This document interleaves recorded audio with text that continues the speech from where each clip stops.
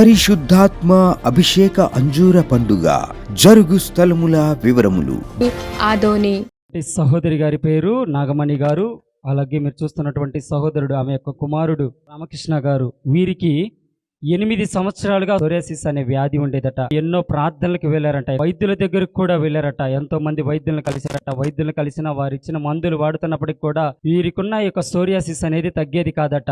అసలు కూర్చున్న చోట కూర్చునేవాడు. అయితే అలాంటి సమయంలో వీరు టీవీలో చూసి ఈ యొక్క సూర్యాపేట పట్టణంలో పరిశుద్ధాత్మ అభిషేక అంజూర పండుగ జరుగుతుందని తెలుసుకొని వచ్చి పాస్టర్ ప్రభుకిరణయ్య గారి చేత తలపైన తైలముతో అభిషేకించి వీరికున్న సమస్య నిమిత్తమై దైవజనులు ప్రార్థన చేయగా, ప్రార్థించి ఇచ్చినటువంటి అంజూర ఫలమును తినగా, ఇంతకు ముందు నా కొడుకు సోరియాసిస్తో బాధపడుతూ ఉండేవాడు. 8 సంవత్సరాలుగా 2 నెలలు ఇక్కడికి వచ్చి అభిషేకము పొంది అంజూర ఫలమును తినగా, నా కుమారుడు లేచి తన పని తను చేసుకుంటూ ఇప్పుడు ఈ యొక్క నడిచి ఈ యొక్క స్థలానికి వచ్చి మీ అందరి ఎదుట సాక్ష్యం ఇస్తూ ఉన్నారు. దేవుడి వీరి పట్ల చేసిన మేలును బట్టి దేవునికే స్తుతి కలుగును గాక. హల్లెలూయా. సహోదరి గారి పేరు మరియమ్మ గారు. వీరిది సూర్యాపేట. 2 సంవత్సరాల క్రితం నుంచి వీరికి కడుపులో కణితిగా ఉండేదట. ఈమె వైద్యుల దగ్గరికి వెళ్ళినప్పుడు వైద్యులు టెస్ట్ చేసి కడుపులో కణితుందమ్మా అని చెప్పారట. అలాంటి ఆ సమయంలో వీరు ఈ యొక్క సూర్యాపేటలో పరిశుద్ధాత్మ అభిషేక అంజూర పండుగ జరుగుతుందని తెలుసుకున్నారట అండి. ఇక్కడికి వచ్చాను. దైవజనులు పాస్టర్ ప్రభుకిరణయ్య గారి చేతుల మీదుగా నేను అభిషేకము పొందాను. దైవజనులు ప్రార్థించి ఇచ్చినటువంటి అంజూర ఫలం తినగా ఇప్పుడైతే నా గడుపు అసలు అట్లా ఏమీ లేదయ్యా, దేవాతి దేవుడు నాకు ఆరోగ్యం ఇచ్చాడు, పూర్తిగా స్వస్థత కలిగిచ్చాడని సహోదరి గారు సాక్ష్యం ఇస్తూ ఉన్నారు. దేవుడు వీరి ఆరోగ్యం పట్ల చేసిన మేలును బట్టి దేవునికే స్తుతి కలుగును గాక. హల్లెలూయా.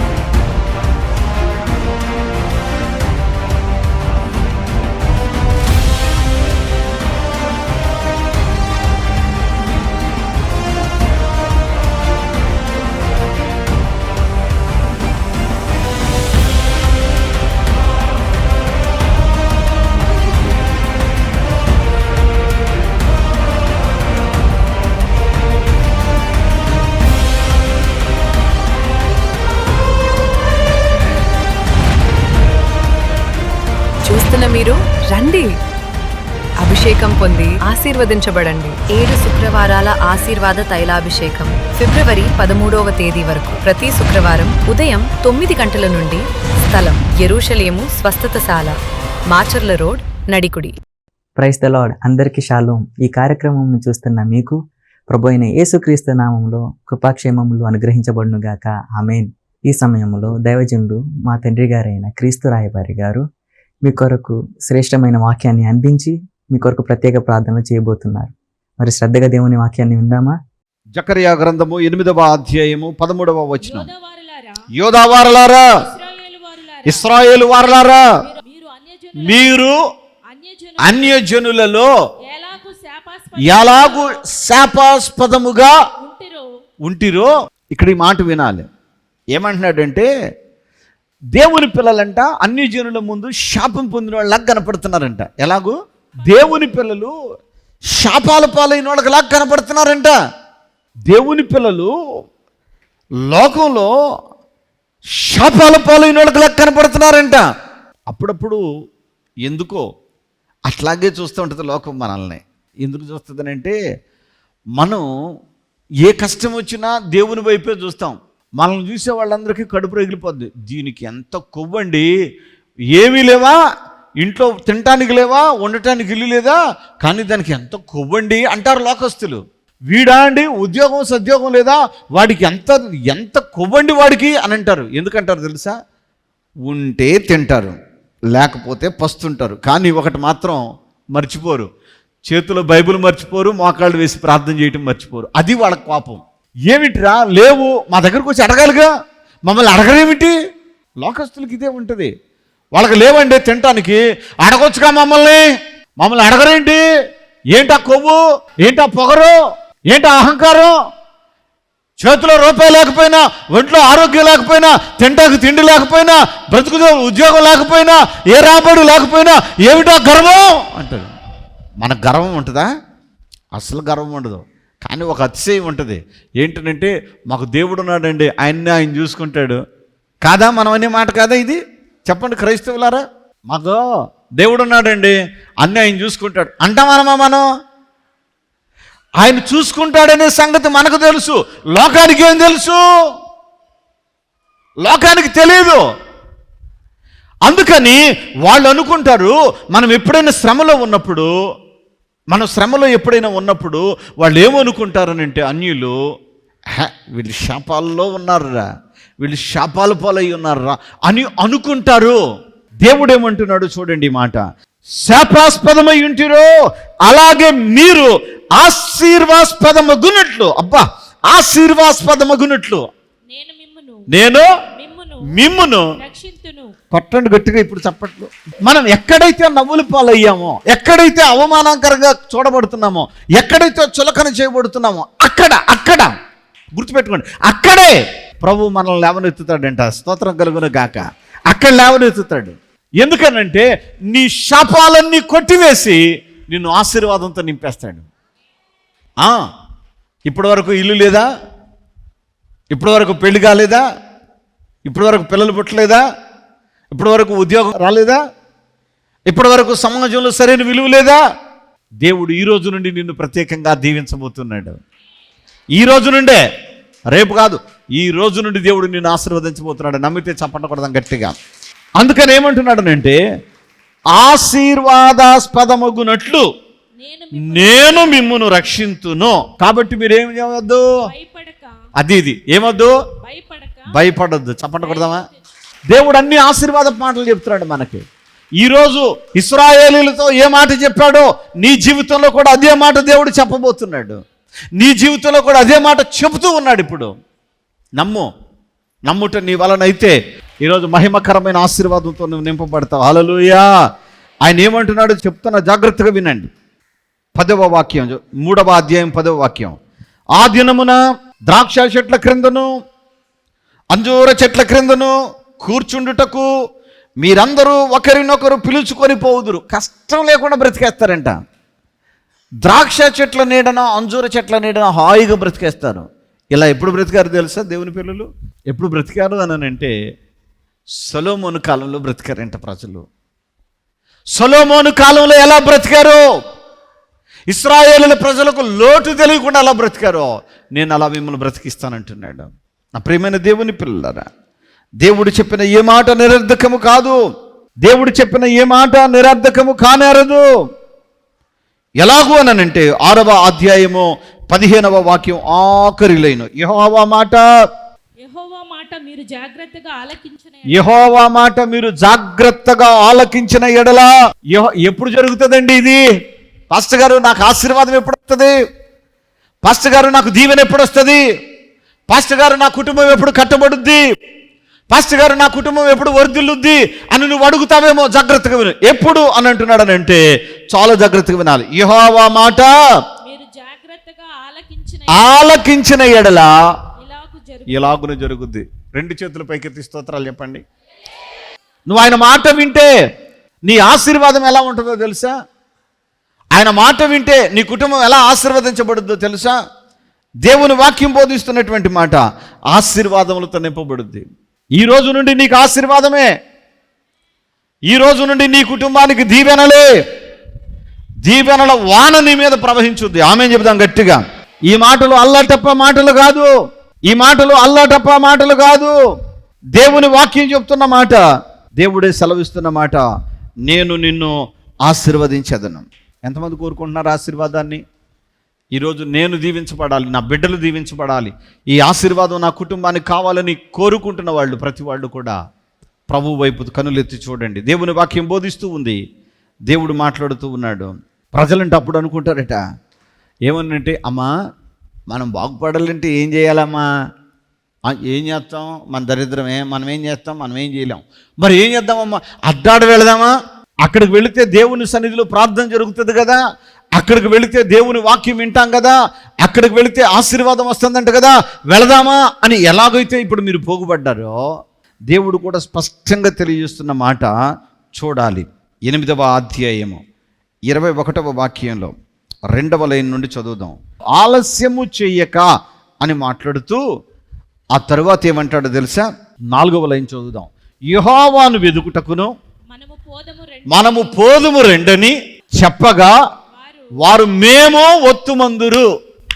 దేనికి? ఆశీర్వాదానికి. అప్పులు పుట్టడానికి కాదు. కొంతమంది ఇదే అడుగుతుంటారు, అయ్యగారండి కొద్దిగా మా కోసం గట్టిగా చేయండి అయ్యగారండి మీరు. ఏంటిదమ్మా? ప్రార్థన. ఏమని చేయాలమ్మా అన్నాం అనుకోండి, ఏం లేదు అయ్యగారు, ఇప్పటికే బోళ్ళు అప్పులైపోయి ఉన్నాము, ఆ తీసుకున్నోడు ఇచ్చినోడు గొడవ చేస్తున్నారు అయ్యగారు, అందుకనే వేరే వాళ్ళని అప్పు అడిగాము, కాకపోతే కొద్దిగా వడ్డీ ఎక్కువలే, అయితే అయింది కానీ వాళ్ళు ఇచ్చేలాగా మాకు అప్పు పుట్టేలాగా మీరు ప్రార్థన చేయండి అయ్యగారు అంటారు. సిగ్గు శరం లేకుండా, ఏం లేకుండా అప్పు పుట్టాలని మేము ప్రార్థన చేయాలా? మా పని అప్పులు పుట్టించడం కోసం ప్రార్థన చేయటమా? ఆశీర్వాదం కోసమా? చెప్పండి, దేనికోసం చేయాలి మేము? మీరు చెప్పండి, దేనికోసం చేయాలి? అయ్యగారు ఇల్లు తాకట్టు పెట్టి అప్పు తెద్దాం అనుకుంటున్నాం, కొద్దిగా ప్రార్థన చేయండి అయ్యగారు. ఇల్లు తాకట్టు పెట్టడానికి మేము ప్రార్థన చేయాలా? అప్పు పుట్టడానికి ప్రార్థన చేయాలా? ఆ తర్వాత నువ్వు కట్టుకోలేక ఆ ఇల్లు వదిలేసేస్తావా? తప్పు కదా. దేవుని సేవకుల్ని దేవుడు ఏర్పాటు చేసింది ఎందుకు? దీవించడానికా, అప్పులు పుట్టించడానికా? మీరు చెప్పండి. చాలామంది విశ్వాసులు ఎరుగక, ప్రభువా నేను శాపాస్పదముగా ఉంటే నన్ను ఆశీర్వాదాస్పదంగా మార్చమని ప్రార్థన చేయమని ప్రభువు పేరట సేవకుడిని అడగాలి. ఎప్పుడు ఆశీర్వాదమే అడగండి అమ్మా. అందుకని ఇక్కడ ఏమంటున్నాడు? జనులంట యెహోవాను వెతుకుదము మనము పోదుము రెండని చెప్పగా వారు మేము ఒత్తుమందురు. వచ్చిన వాళ్ళు ఏమవుతారు చెప్పండి? ఆశీర్వదించబడతారా? అది కంటికి కనపడేది కాదు. ఆశీర్వాదం అనేది వెంటనే కనపడేది కాదు. ఇదిగో మన ప్రక్కన ఉన్న ఈ స్థలం ఖాళీగా ఉంటుంది. ఆ స్థలంలోనే ఖాళీగా ఉంటుంటే ప్రభువుని నమ్ముకున్న బిడ్డ ఒక ఆయన ఉన్నాడు. ఆయన్ని నేను అన్నాను, నాన్న ఆయన ఏం పని చేస్తాడయ్యానంటే మొక్కలు వేసి ఆ తోటకూర, గోంగూర, పుదీనా, బచ్చల కూర, ఆకుకూరలు ఆయన వేసి ఆయన ఆ ఆకుకూరలను పెంచి ఆకుకూరలు అమ్మి దానితో ఆయన జీవనం చేస్తాడు. నేనేం చేశానంటే ఎన్నో సంవత్సరాలుగా ఖాళీగా ఉండే ఈ భూమిని ఆయనతో చెప్తే వెంటనే అది దున్నించి దానిలో విత్తనాలు వేశాడు. విత్తనాలు వేసి నీళ్లు పెట్టాడు. విత్తనాలు వేసి నీళ్లు పెడితే ఇంత భూమిలో పండిస్తున్నావు నాయనా అని చెప్పానంటే ఆయన అన్నాడు, అయ్యగారు మీ చేతితో ఒక గుప్పుడు విత్తనాలు జిమ్మండి అయ్యగారు, మళ్ళీ జిమ్ముకుంటాను తర్వాత అని అన్నాడు. సరే నేను గుప్పుడు విత్తనాలు జిమ్మా. చాలా సంతోషపడ్డాను. అటు చూసి, అయ్యా అంత పోసావు అవుద్దా ఇదంతా అని అడిగా నేను.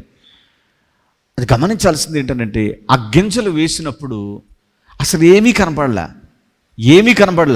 గింజ వేసామంతే, ఏమీ కనపడలా. ఆ ప్రక్కన చూస్తేనండి అదంతా పచ్చగా వచ్చింది. ఆయన పొద్దున్న నాతో అంటున్నాడు, పాస్టర్ గారండి అదేమో పాలకూర అయ్యా, ఇదేమో తోటకూర అయ్యా, కొత్తిమీర అయ్యా అని చెప్పి చెప్తున్నాడు. అది చూడండి ఎంత పచ్చగా ఉందో. విత్తనం వేసినప్పుడు లేదు అది. ఇప్పుడు విత్తనం వేసి కొన్ని రోజులు గడిచింది. అయితే జరిగింది ఏంటంటే ఆయన అన్నాడు, అయ్యా అసలు మన మందిరం దగ్గరకు వచ్చినోడు కొనుక్కుంటేనే సరిపోద్దయ్యా ఇది, ఎందుకనంటే మనం మంచిగా పండిస్తాం కాబట్టి, ఇది ఆరోగ్యకరమైన కూరాకులు కాబట్టి అని చెప్తున్నాడు. అయితే ఇప్పుడు అది చూడండి ఎంత పచ్చగా ఉందో, అది చూడండి ఎంత అద్భుతంగా ఉందో. ఆ ఆకుకూరలు ఎంత పచ్చగా ఉన్నాయో నీ బ్రతుకు, నీ కాపురం, నీ జీవితం, నీ కుటుంబం అంతకంటే దేవుడు పచ్చగా వరదలా చేస్తాడు. ఎందుకో తెలుసా? విత్తనం వేసినప్పుడు లేదా పచ్చదనం, విత్తనాలు వేసినప్పుడు లేవు ఆ మొక్కలు. వేసిన కొన్ని రోజుల తరువాత అవి పైకి వచ్చాయి. ఓ బిడ్డ, దేవుని యందు విశ్వాసం ఉంచి నువ్వు దేవుని సన్నిధానానికి ఎప్పుడైతే వచ్చావో వచ్చిన వెంటనే నీకు కనబడకపోవచ్చు, కానీ రాబో కాలమందు నీకు మేలు జరిగేది మాత్రం నిశ్చయమే. నిశ్చయముగా నీవు ఆశీర్వదించబడతావు, నిశ్చయముగా నువ్వు దీవించబడతావు, నిశ్చయముగా నీవు వర్ధిల్లుతావు. ఆయన దగ్గరకు వస్తే ఆయన నిన్ను ఆశీర్వదిస్తాడు, శాపాలన్నీ తీసివేస్తాడు. ఏ శాపం నీ మీద ఏలుబడి చేయదు, ఇక ఏ దోషము నీ మీద ఏలుబడి చేయదు. ఇక నీకు కేవలం కృపాక్షేమములు నీ వెంట వస్తాయి. చెప్పకూడదాం గట్టిగా. కృప, క్షేమము, అందుకని అంటున్నాడు, కృపాక్షేమమే నీ వెంట వస్తాయి, వేరేమి రాదిక. ఆకాశము నుండి వాన కురిస్తే భూమి మీద పచ్చిక బయళ్ళు వచ్చినట్లుగానే పరలోకము నుండి పరిశుద్ధాత్ముడు నీ కొరకు పంపబడి ఉన్నాడు. నీ కుటుంబంలో ఆశీర్వాదాలనే దీవెనలు మొలకెత్తబోతూ ఉన్నాయి. హల్లెలూయా. నువ్వు దీవించబడతావు. ఆయన దగ్గరకు రావాలి, ఆయనను అడగాలి. ప్రభువా నా శాపాలన్నీ తీసివేయి, ప్రభువా నా దోషాలన్నీ తీసివేయి, నీ ఆత్మచేత నన్ను కట్టు ప్రభువా, నీ శక్తి చేత నన్ను బలపరచు ప్రభువా, నీ బలము చేత నన్ను నిలబెట్టు ప్రభువా అని దేవుణ్ణి అడగాలి. అడగటమే నేర్చుకోండి. మళ్ళా చెప్తున్నా, ఎవరిని అడగొద్దు మీరు. దయచేసి మీకు దండం పెట్టి చెప్తున్నా, సేవకుడిని, తండ్రి లాంటి వాడిని చెప్తున్నా. ఏమిటనంటే, అప్పులు పుట్టాలని మమ్మల్ని అడగబాకండి. మీరు ఆశీర్వదించబడాలి అనేది మా ప్రార్థన. నా డొక్కలు పీకేస్తూ ఉంటాయి, పొట్ట ప్రేగులు పైకి లాగుతూ ఉంటాయి, అప్పుడప్పుడు గ్యాస్ వచ్చి ఇబ్బంది పడుతూ ఉంటా. ఇన్ని బలహీనతలు నా శరీరంలో ఉన్నప్పటికీ కూడా నేను ఎప్పుడు బలవంతుడిగా మారతానో తెలుసా? దేవుని యొక్క సహాయముతో నింపబడి, ప్రభువా నీ ప్రజలకు అప్పులు వద్దు, జబ్బులు వద్దు, అవమానాలు వద్దు, అకాలపు మరణాలు అస్సలే వద్దు ప్రభువా, నీ పిల్లలను ఆశీర్వదించమని ప్రార్థన చేసి, ఆ ప్రార్థనలో మా హృదయం పరవశించి ప్రభువుని బట్టి బలవంతులుగా ఉండి మీకోసం ప్రార్థన చేస్తున్నది. మీకు అప్పులు పుట్టాలని కాదు, మీరు ఆశీర్వదించబడాలని. ఆమె చెప్పండి గట్టిగా. మీకేం కావాలి? అప్పులు పుట్టాలా, ఆశీర్వాదం కావాలా? అదే కోరుకోండి అందరూ.